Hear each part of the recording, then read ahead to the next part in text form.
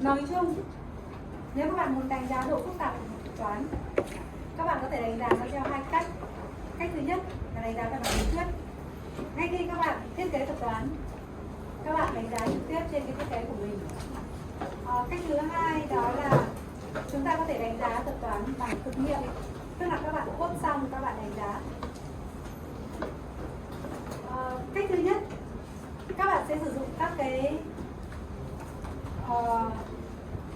mỗi một thuật toán thì nó có một cái gọi là key statement.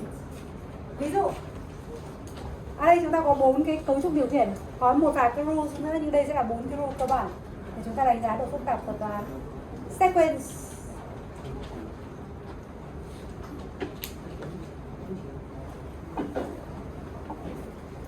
alternative và loops, nó liên quan đến 3 cấu trúc điều khiển trong bất kỳ một chương trình nào của các bạn, đúng không nhỉ? Sequence có nghĩa là các bạn viết lệnh nào trước nó thực hiện trước, lệnh nào sau nó thực hiện sau theo đúng thứ tự, theo kiểu trật tự. Alternative nó là cái gì các bạn? Nhưng bản chất trong cấu trúc điều khiển của các bạn nó sẽ là cấu trúc điều kiện if else. Như vậy nó sẽ có hai nhánh true hoặc là false, cho nên chúng ta sẽ có hai cái alternative path. Loops, vòng lặp, chúng ta có những cấu trúc điều khiển lặp nào? For là boolean, while hoặc do while. Cho nên với cấu trúc tuần tự thì chúng ta sẽ cộng thời gian cho tất cả các cái thành phần trong nó. Ví dụ chúng ta khai báo A, B, C, chúng ta gắn C, chúng ta đương nhiên input cho A, B nhé, hoặc các bạn gắn trực tiếp.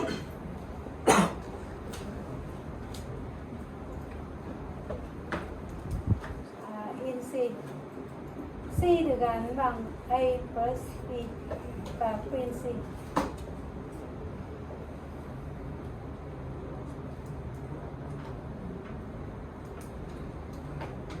How many elements, how many statements in this algorithm? Rất là đơn giản, một ví dụ đơn giản thôi. Lệnh đơn giản, các lệnh khai báo cũng có thể coi là các lệnh. Vậy thì ở đây nó là chúng ta đếm các lệnh cơ bản và cộng lại. Với lúc với alternative các bạn sẽ check điều kiện true thì làm thế này, hoặc yes thì làm thế này, false hoặc no thì ra nhánh này. Chúng ta tính cho nhánh này, tính độ phức tạp cho nhánh này, sau đó chúng ta lấy maximum. The maximum for testing condition, it means the time for condition here and the maximum of two alternative paths. Các bạn tính thời gian tính toán của việc kiểm tra điều kiện, một lệnh if chẳng hạn, và sau đó thì hai cái này các bạn tính theo 4 cái rules, rồi sau đó lấy maximum của hai. Ví dụ cái này cao hơn thì nó sẽ lấy là time của check condition cộng với cái này. For the loop, it is the most execution of the element.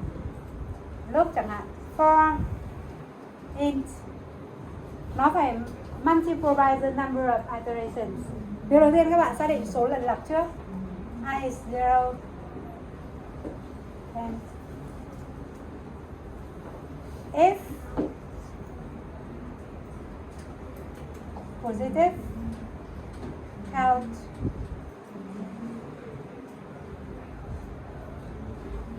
Chúng ta tính như thế nào?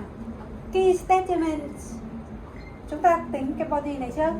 Key statement trong lệnh if của chúng ta, cái này sẽ thực hiện mấy lần? Cái này có hai giá trị, đó là true hoặc false. Trong trường hợp true thì thực hiện cái này, trong trường hợp false thì sao? Không thực hiện gì cả. Cho nên trong alternative chúng ta sẽ lấy max. Có là cái này, có là cái này, và các bạn tìm max, đúng không nhỉ? Vậy thì max là mấy lần trong cái alternative này? 1, đúng không nhỉ? Và chúng ta kiểm tra cái điều kiện này nữa. Đây chính là phần checking condition. Testing the condition. Cần mấy lần? Bao nhiêu lệnh để checking? Mấy? Chỉ kiểm tra một điều kiện này thôi. Và như vậy phần này chúng ta sẽ phải làm mấy lệnh cơ bản? Với một lần lặp thực hiện bao nhiêu lần? Thực hiện mấy lệnh? 2, đúng không nhỉ? 2 cái key statement. Đây là một key statement, ở đây cũng là một key statement trong cái việc testing the condition. Và thế này chúng ta thực hiện 10 lần. Vậy thì thời gian cho vòng for sẽ là cái body của nó trong vòng lặp 2 lần multiple by the number of iterations, bao nhiêu? 10. Và như vậy chúng ta có độ phức tạp tính toán là 2 nhân 10. Trong trường hợp tổng quát ở đây tôi không để 10 mà để n thì nó sẽ bằng 2 multiple by n. So your complexity will be fn is equal to, nó là một hàm theo kích thước đầu vào. Đầu vào của bạn là n thì nó là 2 lần n. Đây là một bài trong phần các bạn duyệt mảng, đếm các số dương trong mảng của các bạn, và nó sẽ tốn thời gian là 2 multiple by n, 2n hàm. Cái F chính là ON. Không, ON lát nữa chúng ta sẽ tính. Trường hợp này mà ON thì big O of n thì nó sẽ là n thôi, nó không phải là 2n nữa. Thì nó là tiệm cận. Một lát nữa chúng ta sẽ chuyển sang ON. Đây là for loop. Nested loop như là gì? Các hoặc là for lồng nhau.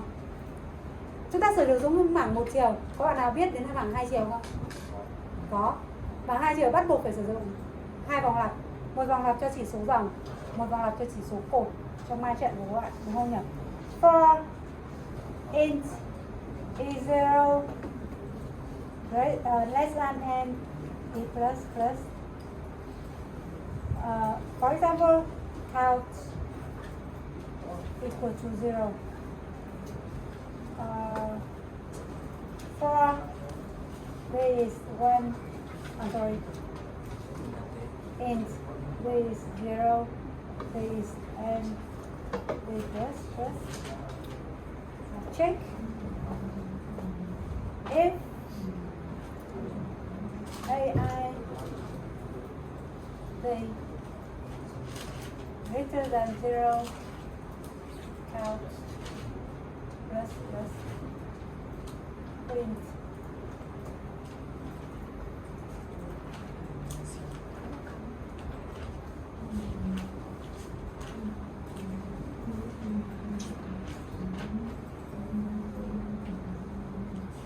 What happened?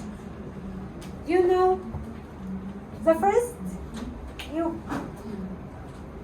for your nested loop, you have to analyze them inside out. Có nghĩa là các bạn sẽ phân tích cái body của vòng lặp trong cùng trước. Ở đây thì vòng lặp trong cùng nó sẽ là cái vòng lặp này, đúng không nhỉ? Bao nhiêu?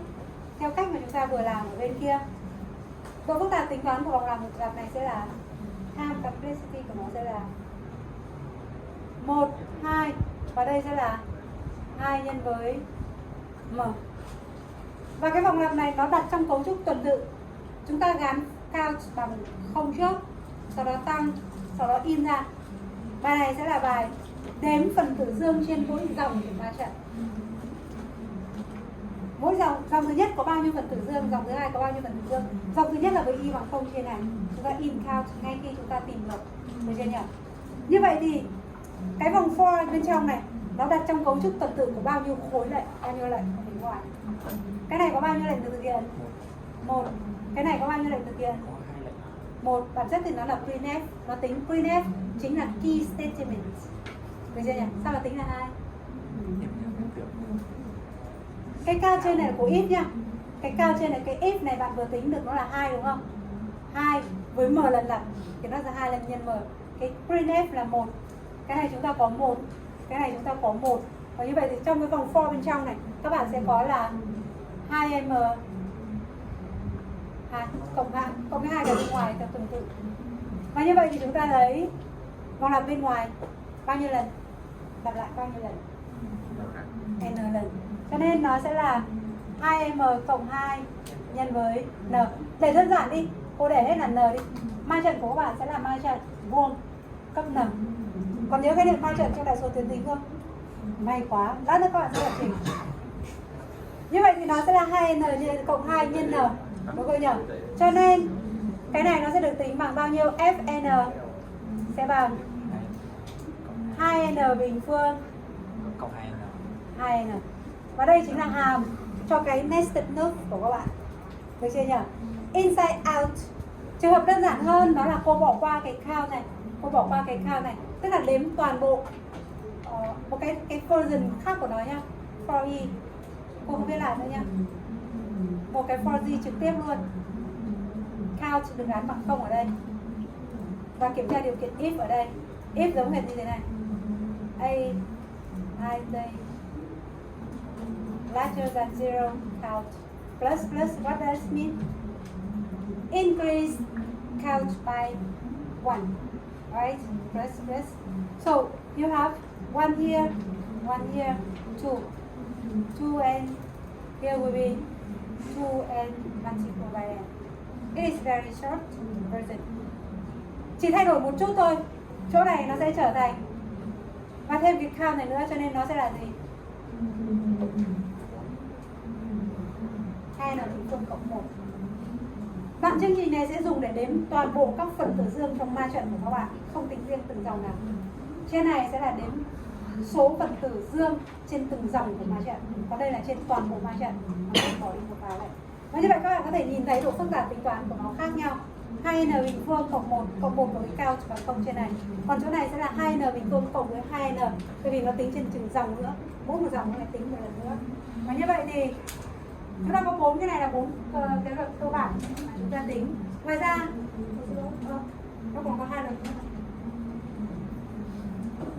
Có lẽ là còn 2 luật nữa liên quan đến việc là các cái subprogram. Subprogram thì được tính như là một thuật toán độc lập, sau đó chúng ta tính thông thường. Một cái nữa là recursive function. Có bao nhiêu bạn còn nhớ về hàm đệ quy? Có những ai còn nhớ về hàm đệ quy? Đã từng nghe đến đệ quy chưa? Rồi. Các bạn đã được học đệ quy trong ngôn ngữ lập trình chưa? Rồi. Và chỉ có một vài cái cánh tay lác đác giơ lên là còn nhớ về đệ quy thôi. Quay trở lại việc mà chúng ta đã trao đổi hôm trước, có độ phức tạp tính toán về thời gian và độ phức tạp tính toán về bộ nhớ. Chúng ta có một cái đó là nếu như chúng ta càng giảm về thời gian thì bộ nhớ càng tăng lên. Đó là việc các bạn phải đánh đổi. Tuy nhiên chúng ta cũng biết rằng công nghệ thì nó phát triển, cho nên là cái việc bộ nhớ thì chúng ta có thể mua hoặc extend bộ nhớ rất là dễ dàng. Cho nên độ phức tạp tính toán về mặt thời gian, tức là tối ưu hóa giải thuật về mặt thời gian sẽ được để tâm hơn. Đó là lý do mà chúng ta quan tâm đến time complexity. Có gì cần chia sẻ với các bạn? Một lúc nào đó nếu các bạn cần quan tâm đến việc là phân tích cái giải thuật của đệ quy thì cô sẽ chia sẻ, vì đệ quy nó là một phần. Sau này liên quan đến tìm kiếm nhị phân, binary sort,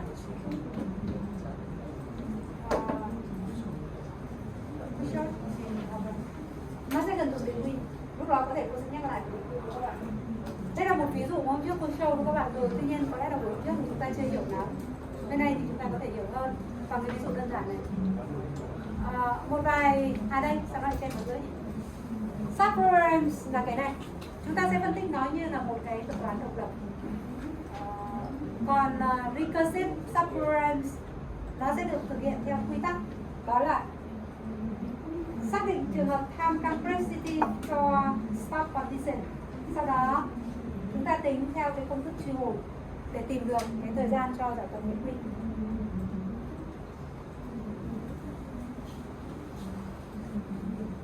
Chúng ta có 6 cái nguyên tắc để tìm được độ phức tạp tính toán của thuật toán, chủ yếu dựa trên 4 cái luật trên kia thôi. Đệ quy là trường hợp đặc biệt, nếu các bạn có thể tìm kiếm sau. Time taken by a program T means nó sẽ tính bằng 2, compile time and run time. Who can tell me about the difference between compile and run? On your deep C, you have F9 for compiling, right?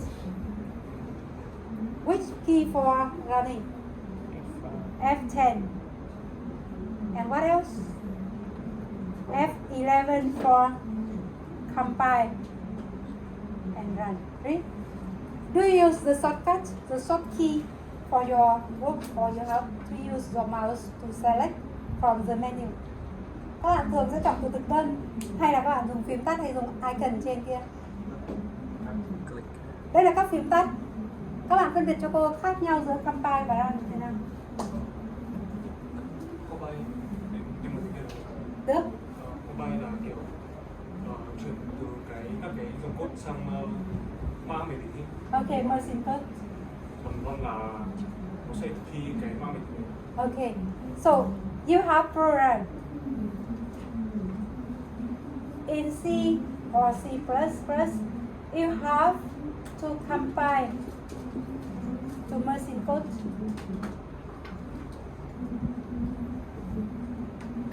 Your computer can only read the machine code and understand. So run will be moved to show your result. It means perform machine code. Run means perform the machine code to show the result. It means from program to machine code you need to compile, and when you compile your program, it will display your syntax error and it's in your program. Với cái bước compile này, nếu các bạn chỉ biên dịch thôi thì nó chỉ show cho các bạn các lỗi về mặt cú pháp, vì nó không hiểu các bạn biết gì. Và đôi khi các bạn xử lý hết được các lỗi cú pháp đấy thì lại gặp một cơ số lỗi về mặt thuật toán khi mà đầu ra nó không giống như chúng ta mong muốn. Lúc đó có nghĩa là các bạn sai ở thuật toán. Ví dụ thay vì tính cái count trong vòng lặp, các bạn bỏ nó ra một vòng ngoài vòng lặp, hoặc là thay vì in trong vòng lặp thì các bạn in ngoài vòng lặp. In trong vòng lặp và in ngoài vòng lặp khác nhau với hai cái dạng lồng nhau như lúc nãy cô chỉ ra, được chưa nhỉ? Vì in trong vòng lặp nó sẽ là in cho từng dòng, còn in ngoài vòng lặp nó sẽ in cho toàn bộ mã trận, nó sẽ tính cho toàn bộ mã trận và in cho toàn bộ mã trận. Lúc nãy cô vừa thiếu một cái print count nữa. Còn bước này có nghĩa là nó đã dịch thành machine code thì nó thực hiện cái lệnh trên đấy, và lúc này mới phát hiện ra được các lỗi về mặt thuật toán. Có một điểm nữa đó là ở lần đầu tiên khi các bạn compile đến đây rồi và các bạn có sửa lại chương trình, có update chương trình, nhưng các bạn không compile lại, không nhấn F9 lại hoặc ấn F11 thì nó sẽ lại chạy trên machine code trước đây chúng ta dịch. Và đôi khi chúng ta nhìn thấy vừa nãy chúng ta nhập thế này đã sửa rồi, tại sao bây giờ chạy nó vẫn là như vậy?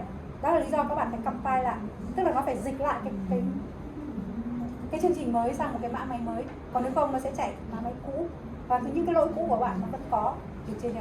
Đó là lý do chúng ta cần phân biệt compile run, compile run. Cho nên dễ nhất là chạy cái này.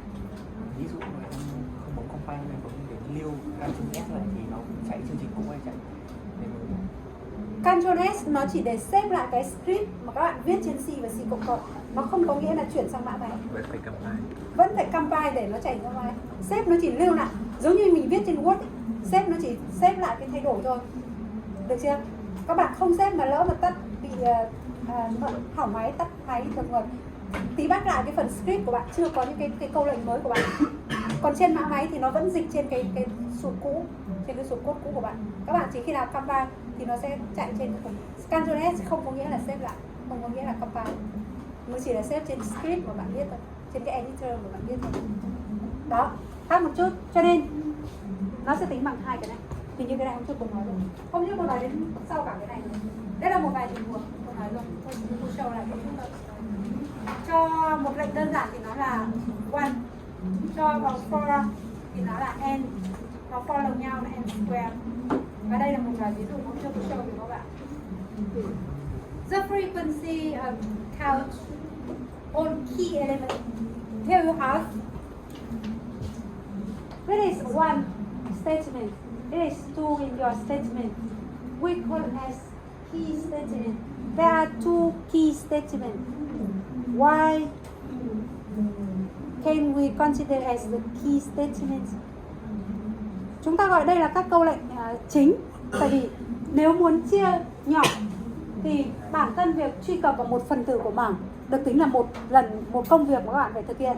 Sau đó chúng ta chia cho hai là một lần nữa được thực hiện và gán một lần nữa. Như vậy có bao nhiêu công việc trong cái lệnh đơn giản này? 3, đúng không nhỉ? Cho nên chúng ta có thể tính chi tiết là 3.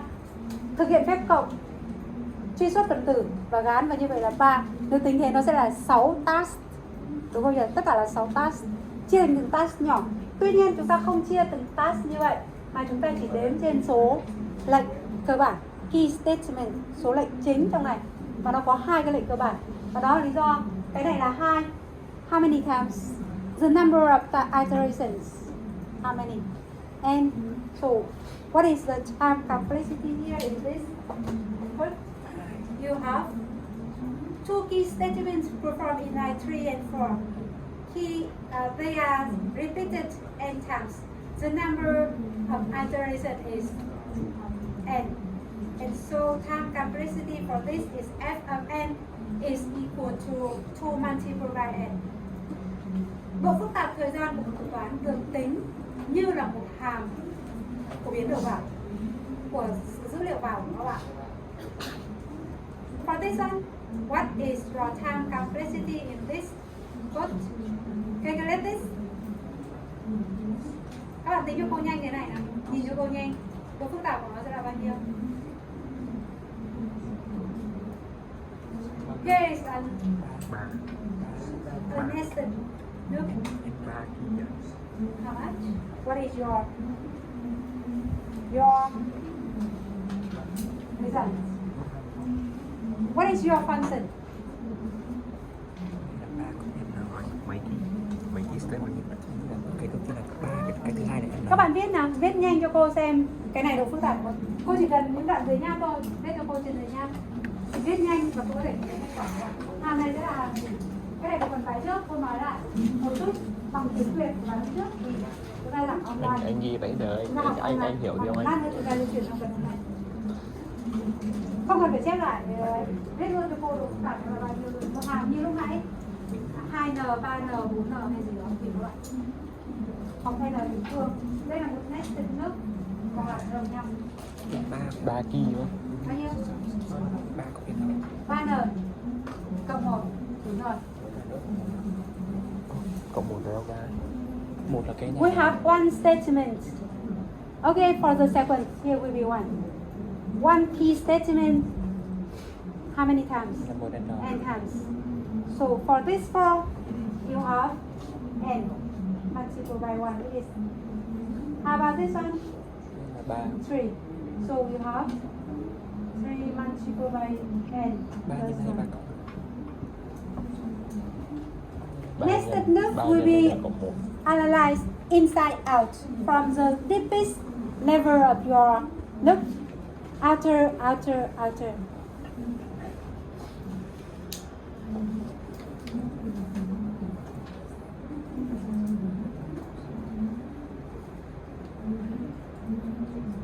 Key statements. You have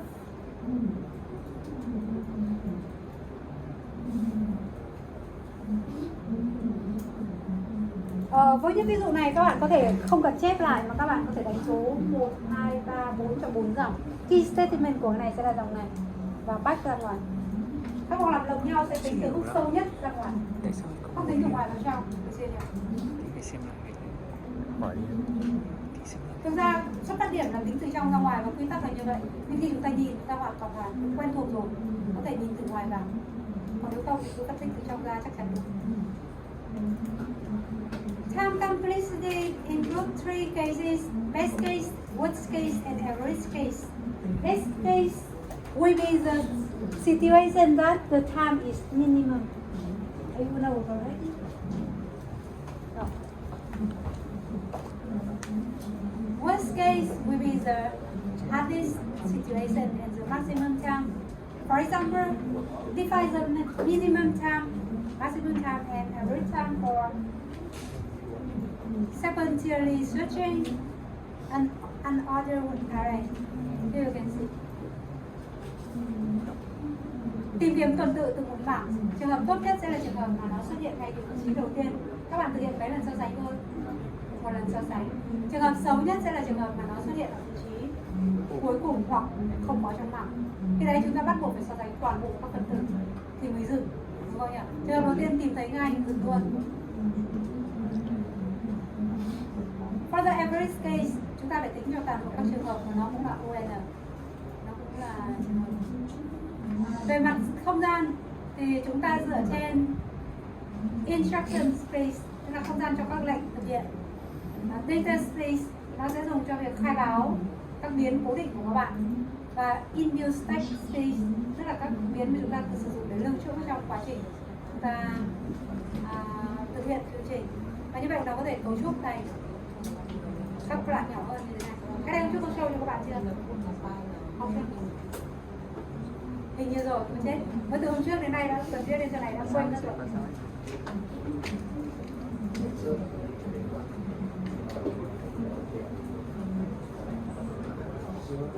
About the total space, you can see different kinds of space used for running your program.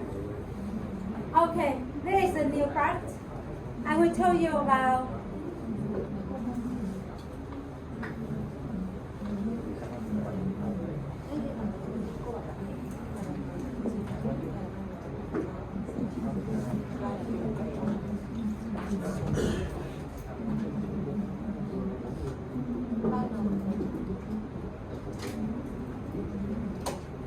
các bạn có gì cần hỏi ở phần cũ nữa không?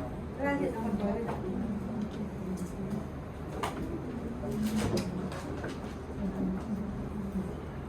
Okay, this is the new part that I have not introduced to you yet in our previous week.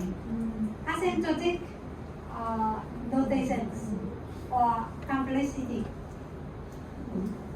You know, for both measure time complexity and space complexity, we are interested in the algorithms asymptotic. Here we have, the question is, when the value of n input size goes to infinity, what happens to your algorithm performance? It means when n goes to infinity, what is the meaning of this sign, of this notation? This is the biggest number in your knowledge. There is no number higher than this one. You have the same with this one. What is the smallest value of a number?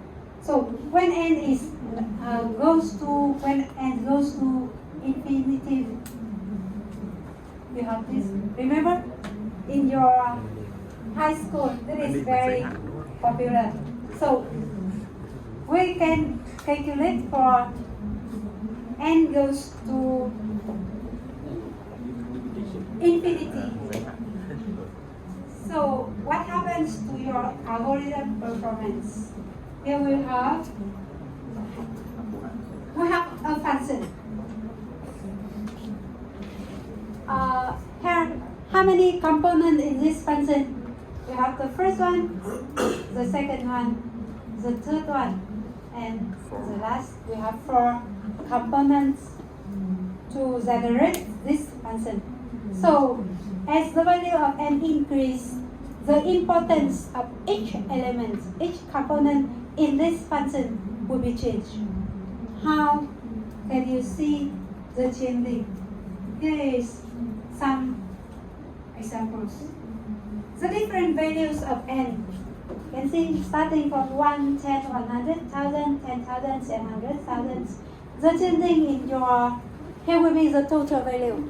The value of fn, the value of each element. And can you see? I will show you the detail. At the first, the value of n is 1. What is the highest importance part in this? What is the highest importance part? First, second, the third, or the fourth? Which one? Which one? The last one. The last part is the highest or the most important in your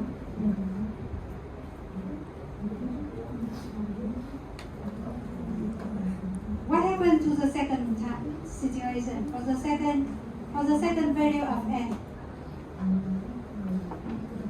Is there any changing? là như vậy này. Lấy từ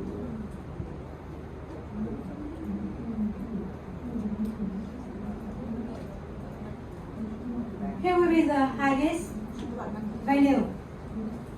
The first part takes more than 90% in your total value. How about the second? Here or the second? Now, the last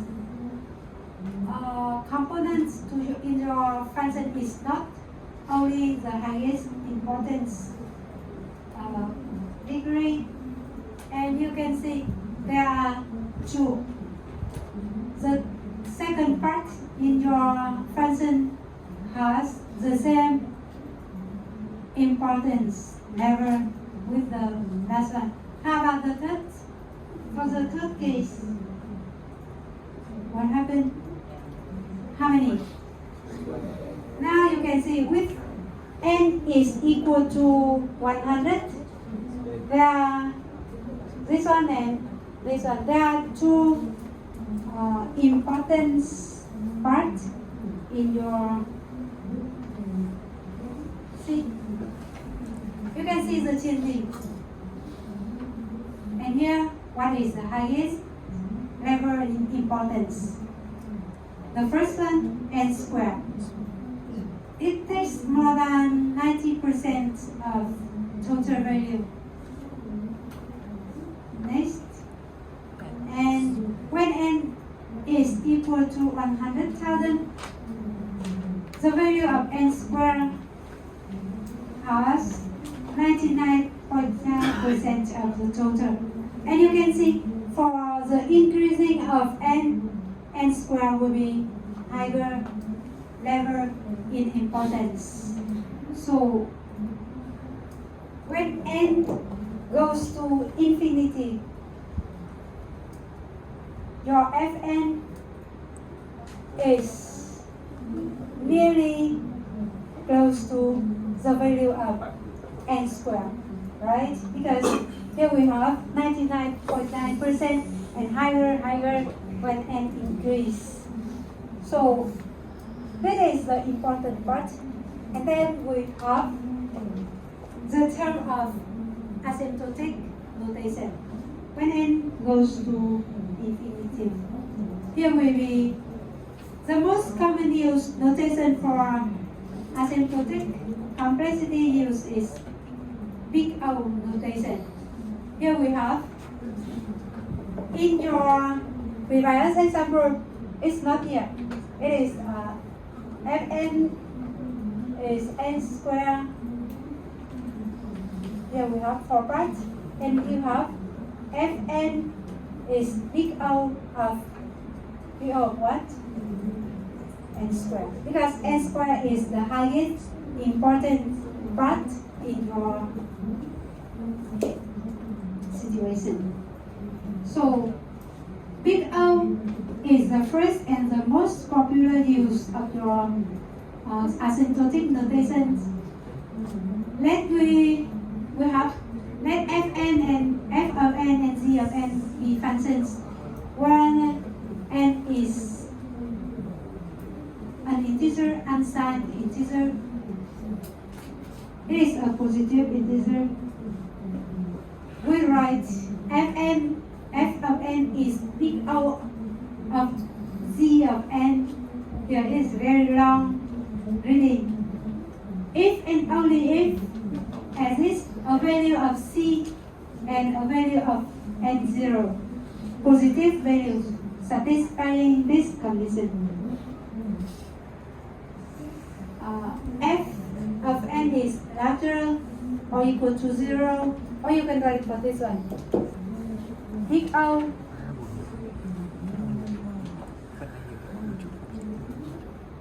Fn is larger than equal to 0 or n.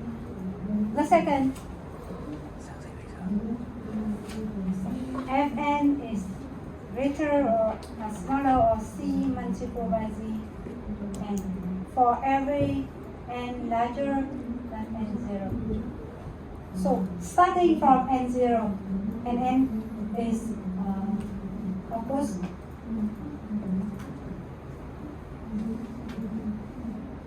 positive one. Or you can see from the figure. What happens? You can see here before n0. Before n0, sometimes your fn is your function. Your fn can be higher or lower than c multiplied by zn. But starting from n0, your fn, f of n always are higher or lower, lower or below, right? Below this function. That's why big O is called as we call as upper bound. C multiplied by Zn always higher than your function. So it is upper bound of your function. You can increase your value, but no greater than this. It is upper bound. It is upper bound of your works. Here we have. Big O provides a formal method for expressing asymptotic upper bounds, bounding the ground of your. Vừa nói xong rồi. Ai đấy? Đấy, tắt điều hòa bây giờ đấy. Chúng ấy vừa kêu lạnh xong phát mất điện rồi ạ. Lần sau có lạnh khó chịu. Lần sau đã không được. Break rồi. Okay.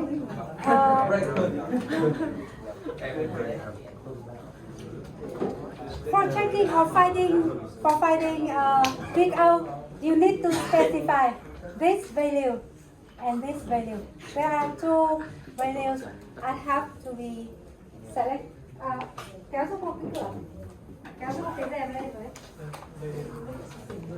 Chứ thì em phải bất chấp.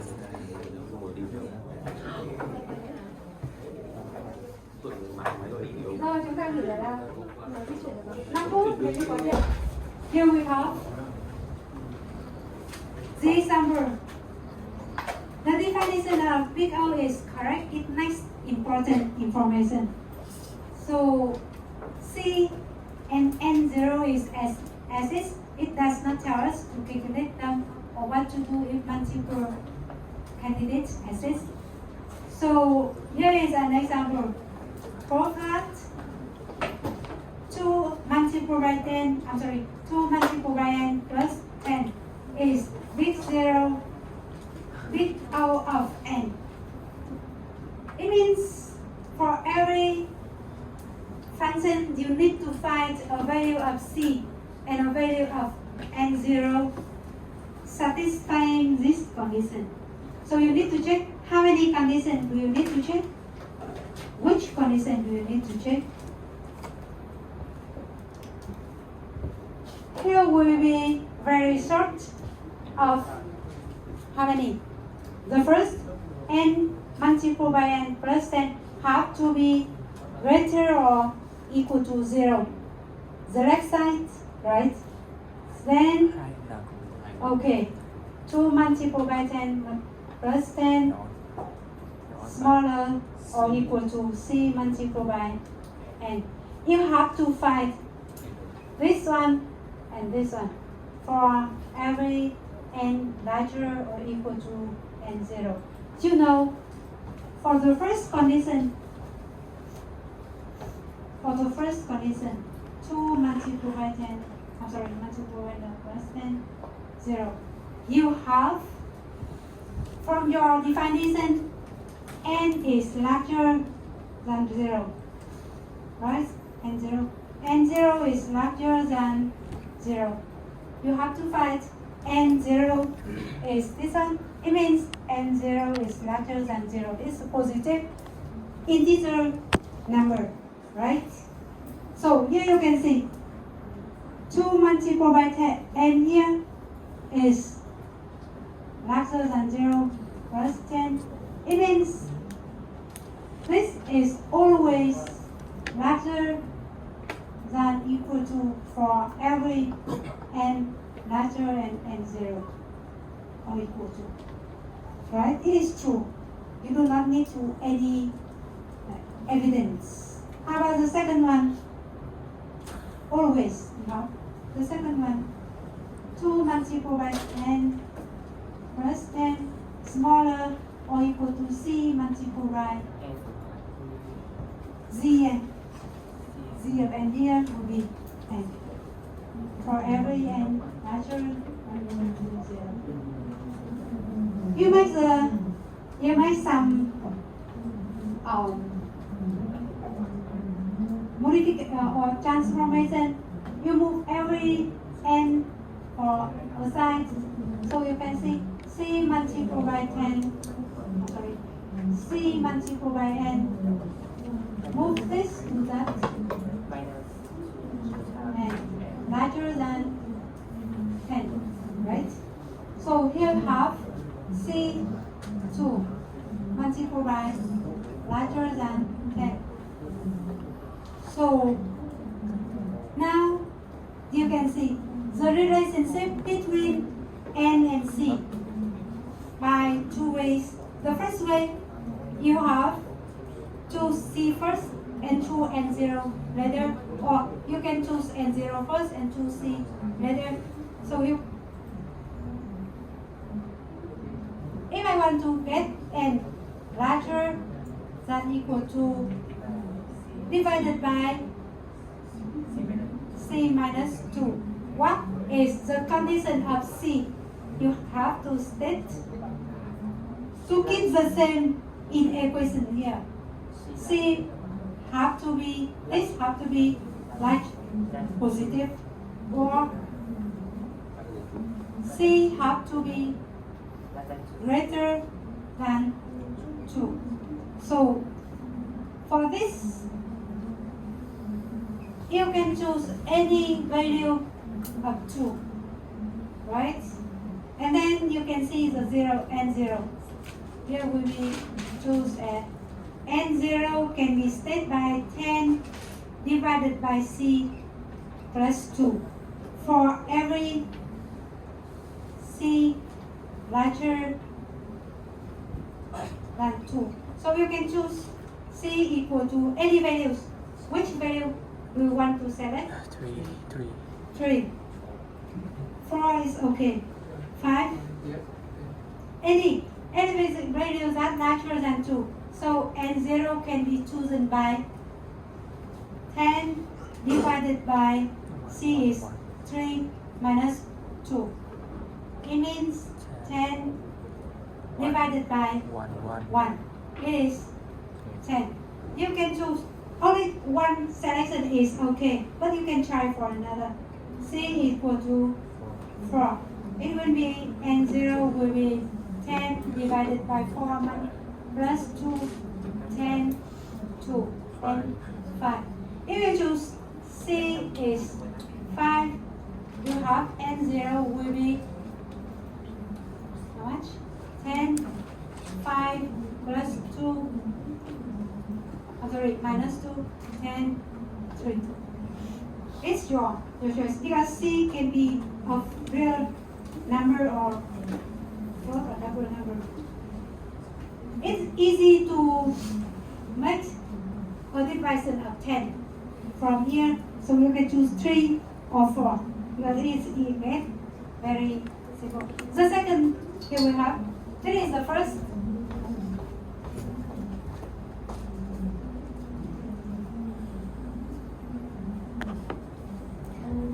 Here we have the first, or you can separate like this. You can separate by C minus 2 is greater than 10 divided by n. And you need to select n0 first and then choose the C value. It's up to you. Which is the easier way? You can choose C first and then choose n0, or you can choose n0 first and then you choose or select for C value. This is your option. Example 2. You need to prove that f of n is n squared plus 2 multiplied by n plus 1 is big out of n squared. What is your proving?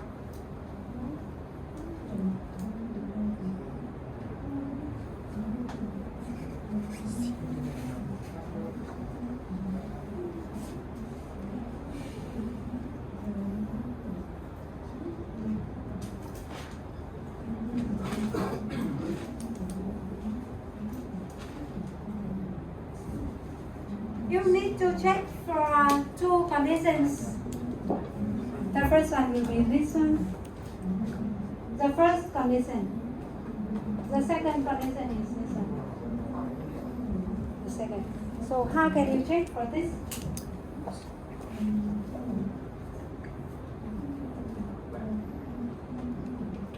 For here will be the n0.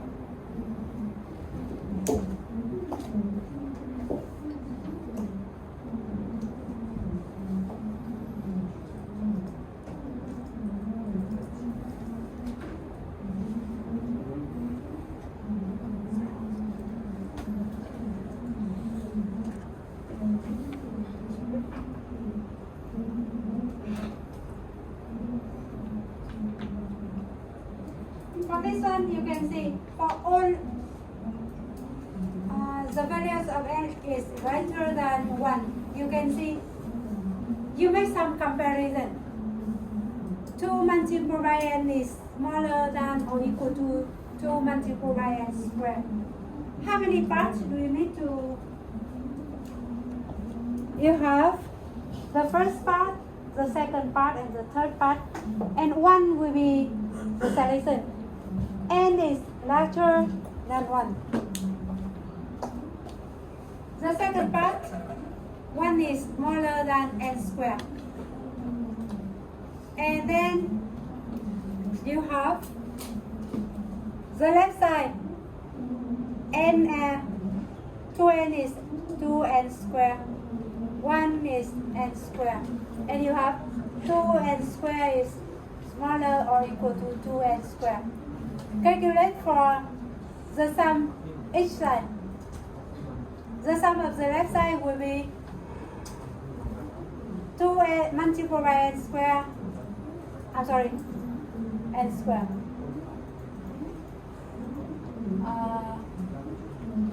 2 multiplied by n plus 1. This will be n squared, 2n squared. Next will be n squared. How many? 4 n squared, right? So for each element smaller than the right side, so here you have. What is your C now?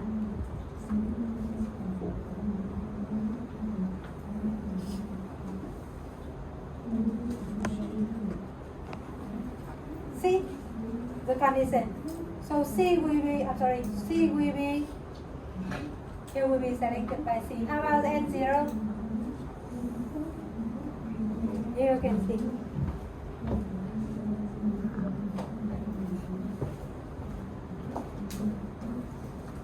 Calculate for the left hand and the right hand. And you can see C is equal to 4 and 0 is 1. You can choose other values for C and for N0 to satisfy your conditions. There are two conditions here. Okay, so some properties you can see from your slide, some properties of your without notation. The first, it is work with all the time. It is the most, how many use for your time complexity? Here you can see the transitive in your big O. If f of n is a big O of z of n, and z of n is the big O of h of n, so f of n is the big O of h of n. The transitive properties. And the same, the sum of your functions. And for all of your functions, if it is a multiplied by n exponents by k, here we have 4 multiplied by n squared. So fn is big O of this one, and it is equal to big O of what? N squared only. You can eliminate the coefficients of your functions. So instead of writing 4 multiplied by n squared, you use n squared for your big O notation. And see, back to our previous example, this one. N squared is the highest. We get the values in range of this one only, lower and upper bounds.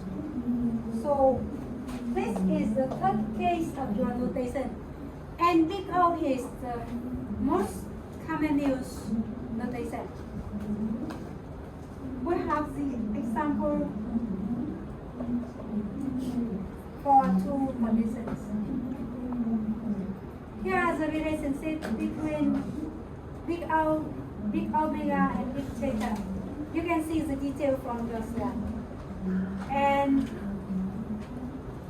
we have the growth function of your complexity.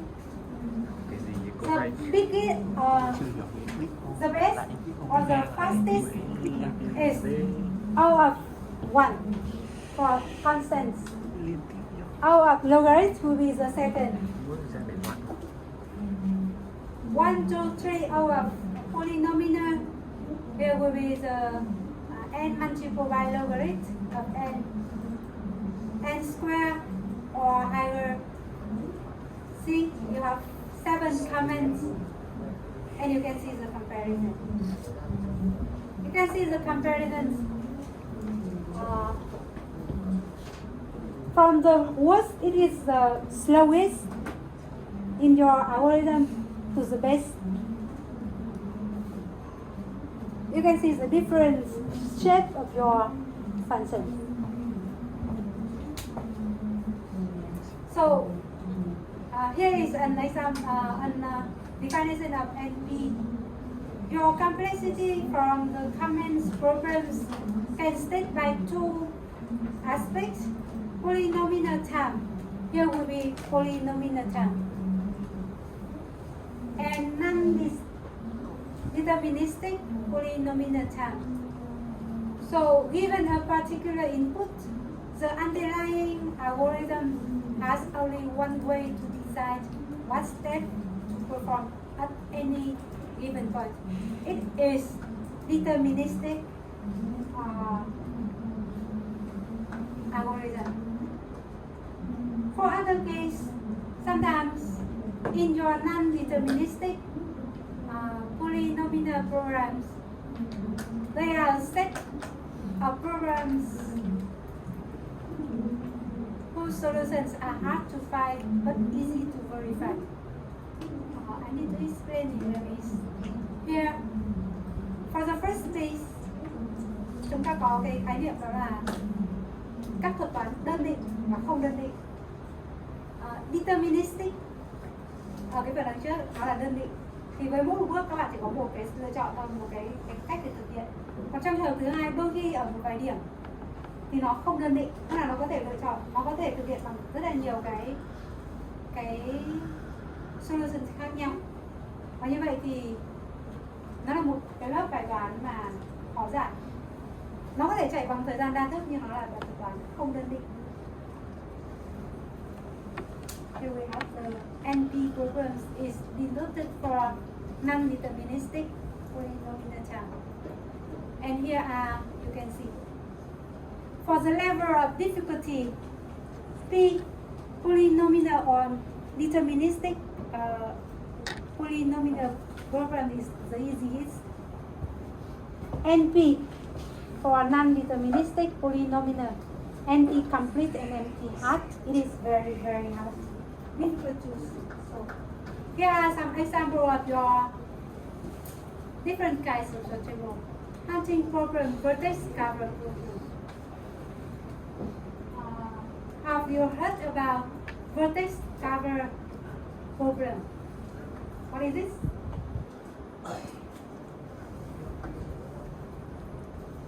It's related to the graph.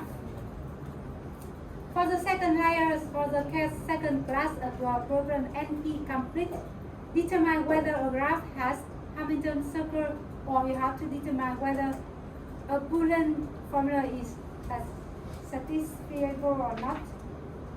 Hamilton circle, have you heard about this? What is this?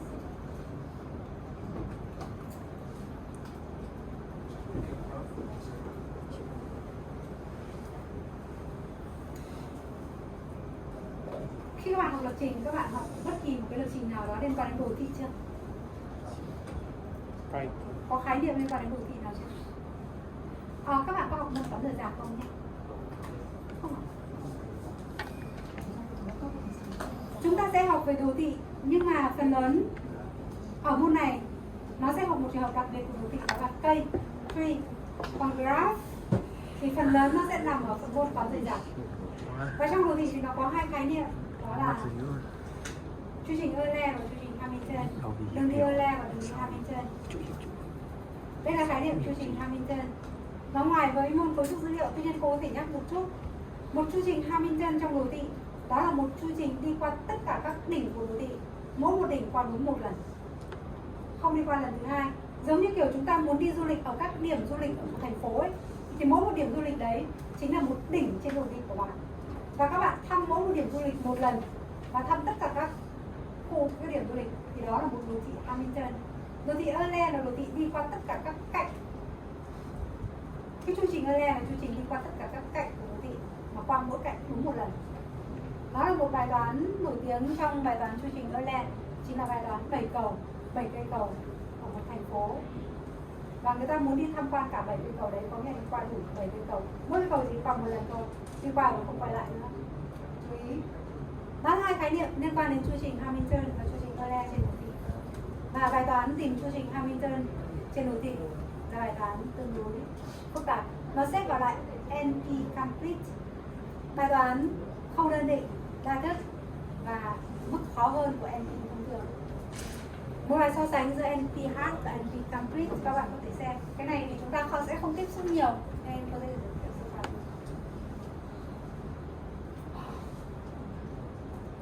Okay, we have 3-4 analysis. And for summary, in your algorithm complexity, you have to remember about the big O and how you can specify for complexity of an algorithm by using big O. In our following algorithm, for every algorithm, you can see the complexity by big O notation. Rất may là trong các thuật toán phía sau chúng ta sẽ không phải tính độ phức tạp của thuật toán, mà với mỗi thuật toán cô giới thiệu, cô sẽ chỉ ra nó có độ phức tạp bao nhiêu. Nhưng ít nhất nhìn vào đấy thì các bạn biết rằng thuật toán nào hiệu quả hơn thuật toán nào, dựa vào cái mức độ tăng của hàm lúc nãy trong đồ thị. Và các bạn biết cách tính độ phức tạp, tính toán về thời gian, về không gian, thực nghiệm và lý thuyết. Một vài rules để chúng ta xác định giữa các cái chúng ta gọi là ký hiệu tiệm cận một vài thuật toán. Nếu chúng ta có một hệ số nhân vào thì nó bỏ hệ số bậc cao nhất hay là các thuật toán. Okay, this end for the previous week. Now, it's very easy. I and 3. How many students can remember about the using of array? Array, what is it? Remember it? In your programming language, you know about using array in your coding. There are 4 parts in this lesson. Array and string. The first one-dimensional array. This is a very simple structure. Processing an array. It means which operation can you perform on an array? Two-dimensional array. What is the other names of two-dimensional arrays? Remember? Hai chiều, đa chiều, viễn chiều. What is two-dimensional array? In your advanced mathematics, you know two-dimensional array can be considered as the matrix. Remember about the matrix? Some of you still remember, and some others forgot. Okay, two-dimensional array can be considered as the matrix in your advanced mathematics. And for the fourth part, string. String is a special case of array when the data type is character. Okay, so we will work with for this part in your lesson. Okay, the first one, what is an array? Who can tell me about the definition of an array? Two-dimensional array can be considered as a matrix, or you can call as the array of arrays. Okay, one-dimensional array. Who can tell me about one-dimensional array? What is this? Tell me about the definition of an array. Okay, starting from the corner. I'm not sure about what he is doing. What are you doing? My part is my attorney. So you lie on the chairs instead of sitting on this.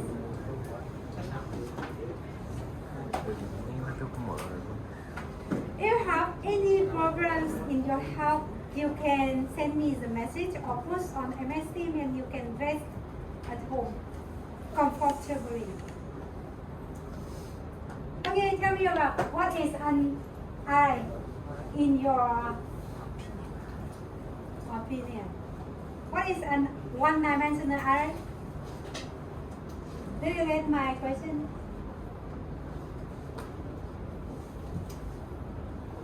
One-dimensional array. What is this? Tell me. Answer my question, please. What is a one-dimensional array? Or can you remember anything related to array? Tell me.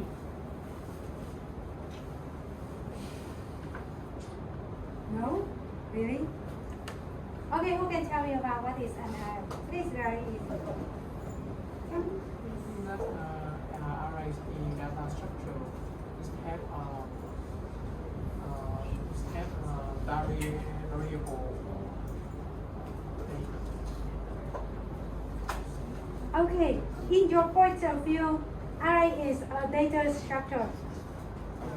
It has people to store the data. The variable. Okay. Some variable. Is there any condition or is there any criteria in your variable? For example, if you want to store the score or the GPA of 5 students in a group,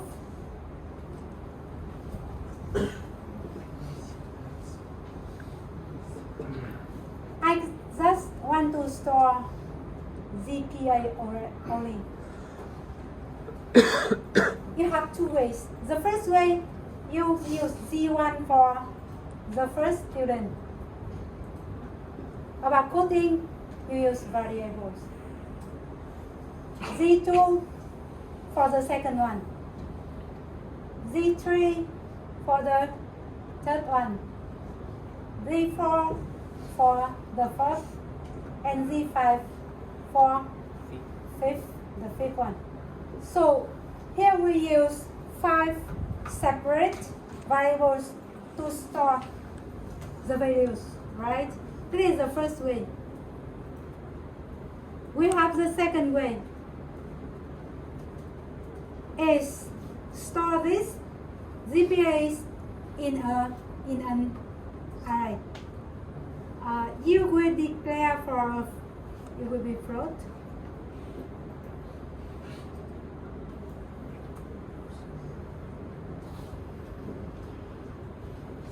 It will be the float or Z with how many elements? 5 elements. To store GPA for 5 students in a group. So you have 2 ways, and for each way you have the advantages and disadvantages. For this one, we call as an so the same functionality. You can do anything related to separate variables, or you can use your same action to your array. So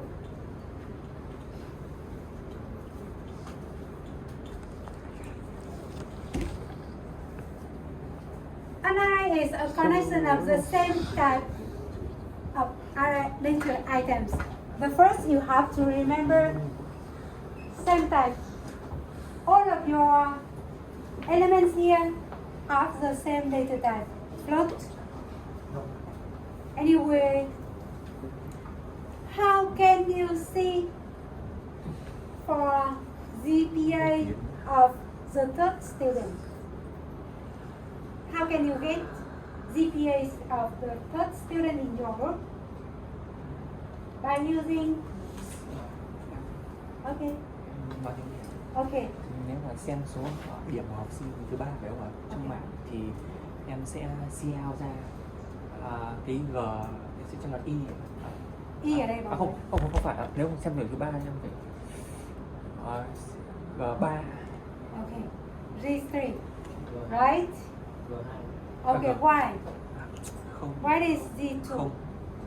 Because to access to the elements in your array, you have to use the index. Use the index for accessing to the elements, a specific elements, and the index starts from 0. In C and C++, in other programming language, you can set the starting point is 1. Okay, for C and C++ it is 0. So the size of the array signifies the number of elements of the array. Here you have 5. It means your array will have 5 elements. We have array size. That number should be a positive integer number. The size of your array,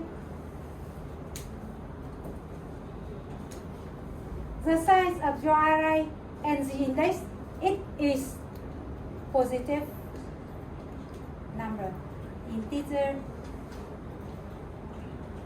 number. Both size and indexes have to be positive integer number.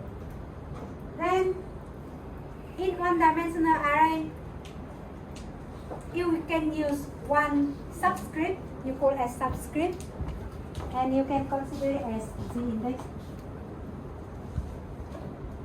to specify a particular element.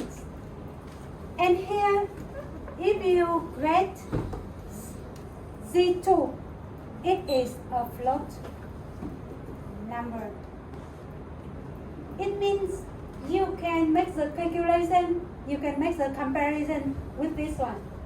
Larger, for example, Z2 larger than 0, or Z2, can you check for division by 2?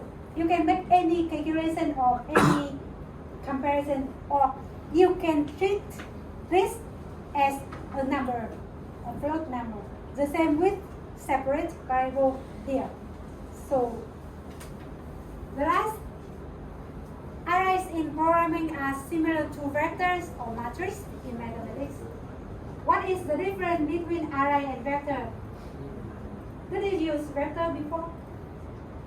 Instead of using the array, you can use the vector.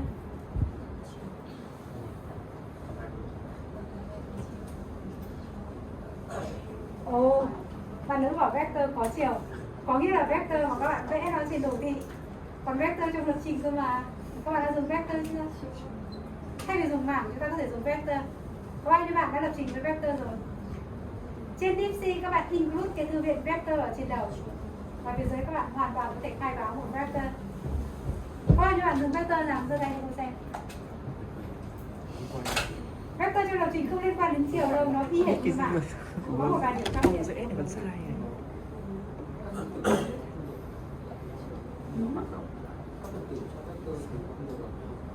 Không được. Lặp nhau. Nghĩa là giá trị không được trùng lặp.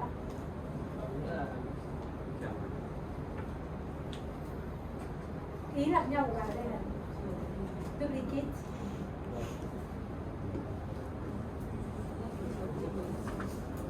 Thoải mái.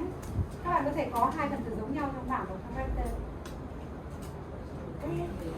Can you tell us about the difference between vector and array? Array giới hạn của Size, còn vector sẽ có thể extend được ra. resize.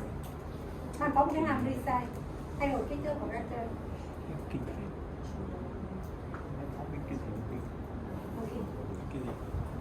Cái gì? Việc kinh lại. For using an array, most of operation here will help. We will go to the next part. That is that for declaration, you have data type. There will be the data type. Data type, Float. the name and the size. There are three parts in your declaration. Here are some examples. The subscript will be used to specify the single elements below. Array name index Z2, as I told you in our previous, because you learned before, so it is easy to understand. Array in the memory.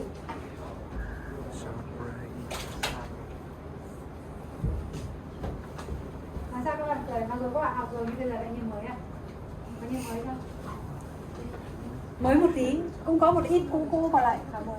Okay, in the memory you can see here is the space used for the first element. So the second element, it will continuously in your memory. See, and will be the last, starting from 0, 5 to 5. But you can see you have some empty space, or it is available memory in your computer, so you can, there is no index for A6, but sometimes you write the for loop like this, int I is 0, I 6, I plus. It is okay when you running your program, and it's true, but you know, you have an extra element, because here you have 7 elements, not 6, right?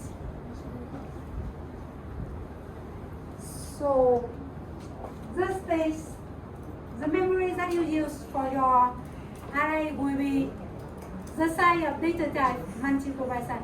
I remember this, I told you before, right? Float have 4 bytes for each, and then here you have 5 elements. So the memory for this array will be how many? 5 multiplied by 4, 20 bytes. Will be provided for the array. You cannot assign value for your array. I told you this already. You have 2 ways. The first way, you can assign values for your array in declaration. Here, when you declare an array, you can assign values for this array. What is the difference between, or what is with different among three? Here, three example. What is the difference? Here you can see from the left to the right, you have from A0, A1 to A9 values. How about this one? How many? The size of this array will be 4, but you have provided only 2. What happened to others? Đều không hết. Okay. 2, 12, and 2 others. 0. 0, really? 0 or undefined? Undefined. How about this one? This not have the sign here, but it will be counted here. 1, 2, 3, 4. Here will be 3 elements. So the size of B will be 3. The size of B will be the size of your your right hand array, right? They are different. Another way to input your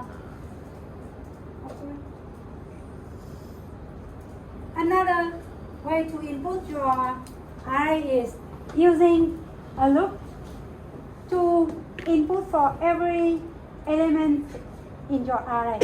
Take this, you will use this later. You will use this struct later. This is for inputting values for of an array. How can you read array? The same for loop, and here is for reading array. Printf. Here are some operations. On the array, you can make a traversing, inserting, deleting, merging, sorting, or searching. And I told you about the difference between searching and traversing. Ready? Do example, please. Do this example by yourself. For students who do not bring your computer, you can design algorithm or write the program, but choose design algorithm. For others, you have computers, you can write program to run your works. Okay, do it by yourself, please. I will give you 5 minutes for completing this example. 5 minutes for works, please. Đây là ví dụ mà các bạn có thể làm bằng tay hoặc là bằng máy tính. Nếu làm bằng tay thì nên viết với dạng thuật toán. Làm bằng máy tính các bạn có thể code trực tiếp.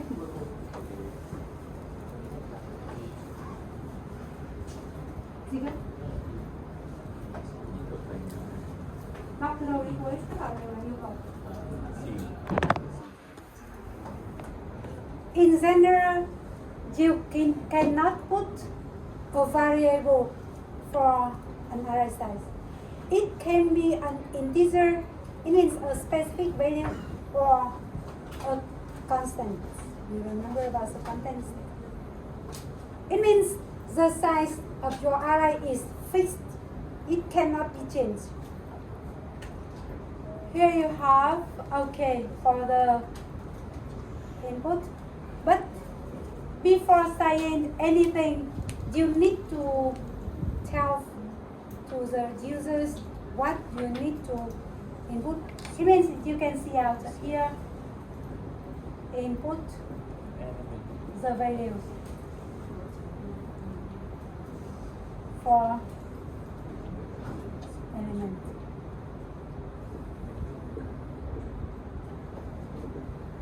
You mean you tell the user that here you will input for elements.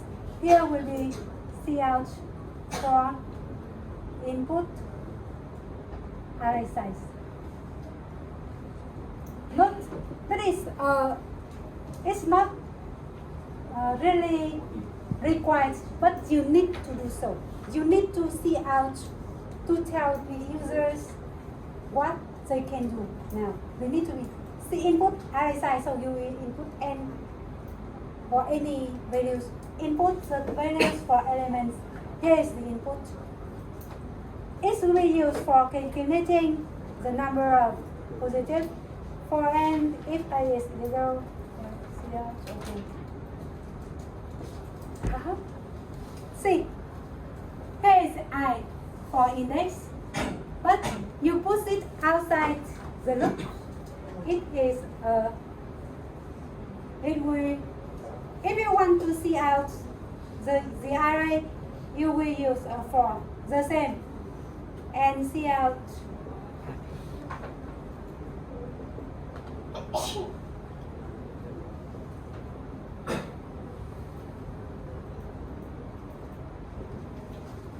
Before for loops, you need see out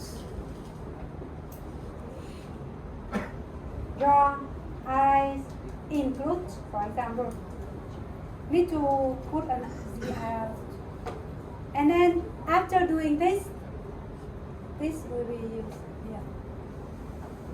After here will be not AI, it will be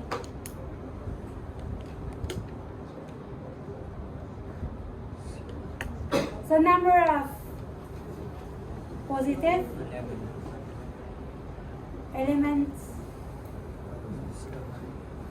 in given array is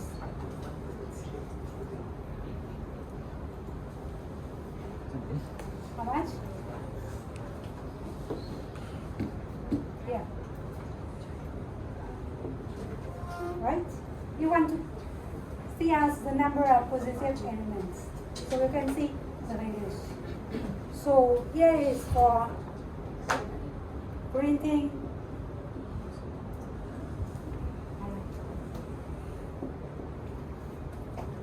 input, output, counts the number and prints the results. So before programming, before coding, you need to have some highlights of your works. Here will be the algorithm for all of this. First, you need to input data sign, array sign. Satisfy condition. How can you check for this condition? How can you check for? In your declaration, you have a 10. It has to be a specific number or a constant, because the maximum number of your array is 10. So here you can declare for 10 elements. And then, so for this condition, how can you check? How can you check condition? Here we use do while. You will repeat this while n is smaller than 0 or n is greater than 10. So you check this condition by using do or do while or while loop. You can use any. And then input the values of and then print. When you have some steps like this, you will not forget the small one. For example, he forgot print the array here, because when right after reading the program, you write the code, highlight some words by very short time, some seconds, and then you will set for 0 for each element of array. Check condition.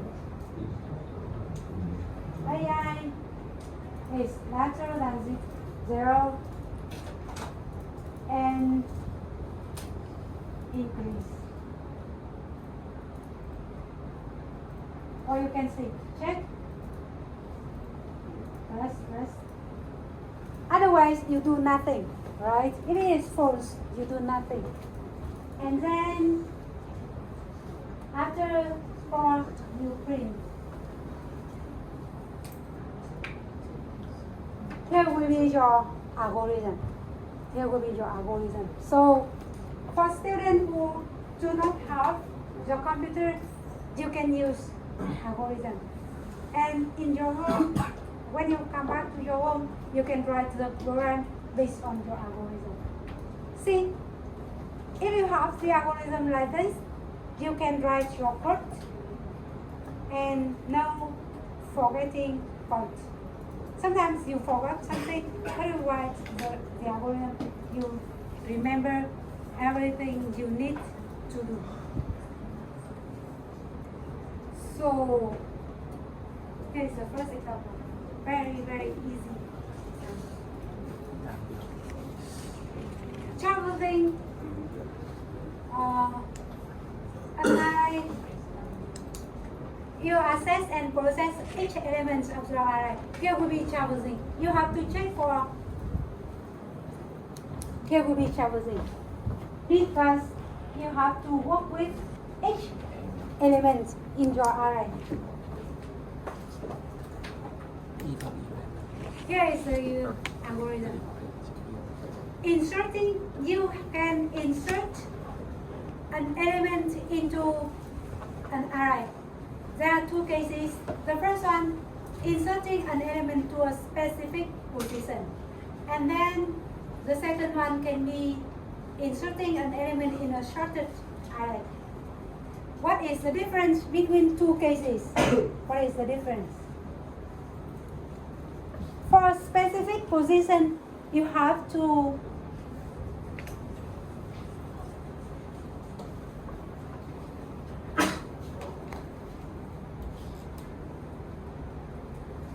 for the second one, after inserting, you need to keep the order of your elements. For the first case, here is an example. You have 5 elements from the start: 14, 84, 21, 14, and 77. What is your second position here? Starting from 0. So second position will be this position. But you see, this position is not empty position because you have the value here. So you need this for your new value. What happens if you make, for example, here is A. A2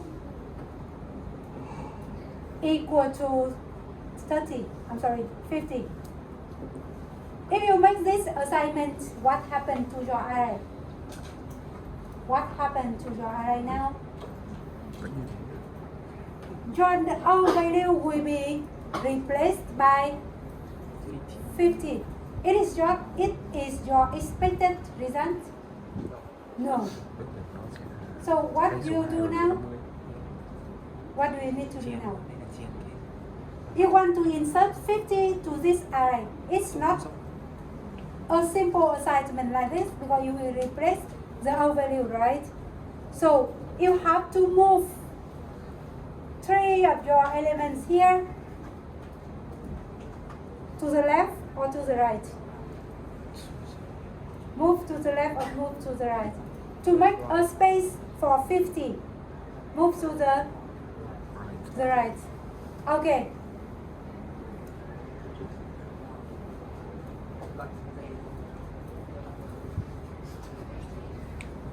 Call him. For the second time, what's your name? What's your name? From the corner, what's your name?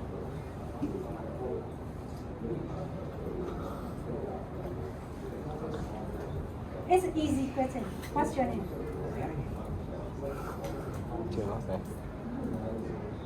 Đạt.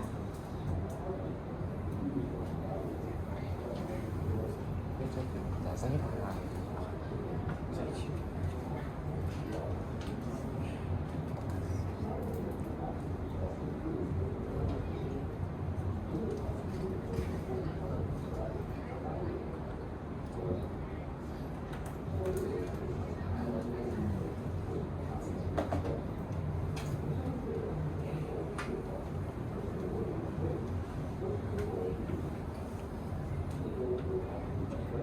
Check hàng ngày.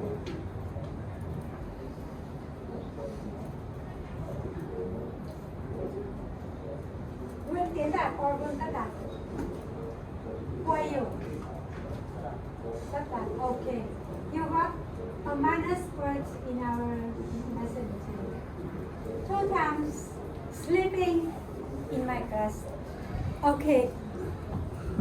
To get space for 50, you have to move all of your elements starting from this point to the right. You have a step to right. And there are 2 ways for stepping. First, 1, 2, 3. You will do like this. What happens if you do like this?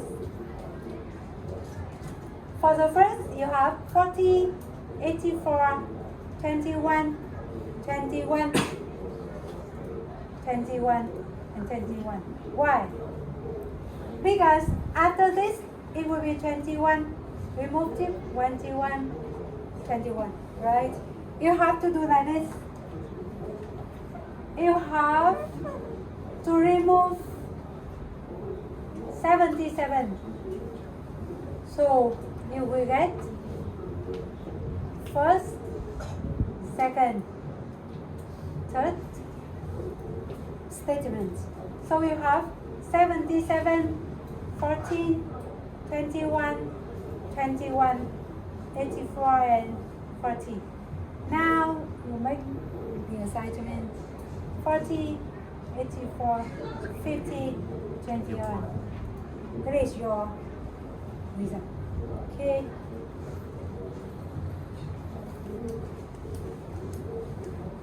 See, you have the storage of your array in your memory. So there are 5 elements and the other will be undefined values, not 0. You make the copy, save the last elements. So you have duplicate of 77, right? Another copy. So you have double of your 14. Next will be the last copy. And you will get this. Now, 21 is available in your second position. And you make an assignment like this. So, after inserting, you will get this. It is your expected result. The same with the second case. You have to find out the suitable position of your inserted values. So here is the algorithm. Why your index is greater than P. P is the position that you want to insert your new element. Here is for the second shorted array. You need to find out the position, the same. And you can see 15 is inserted to your fourth or third position. Here is the algorithm. You can see from the slide, it is available on your slide. For deleting an element from the array, you can delete from a specific position, or you can delete by element or by value. For deleting, if I want to delete this, what do you do? Remove this, and this one. Starting from the position that you want to remove, you make a shift by AI is AI plus 1. Starting from P to the end. P is position that you want to be, that you want to remove your. Here, you want to remove second. I told you here, you make the, it is not the second, it is the first position. Here is an algorithm for doing this. You have to check for the key if you want to delete by value, not position. You can see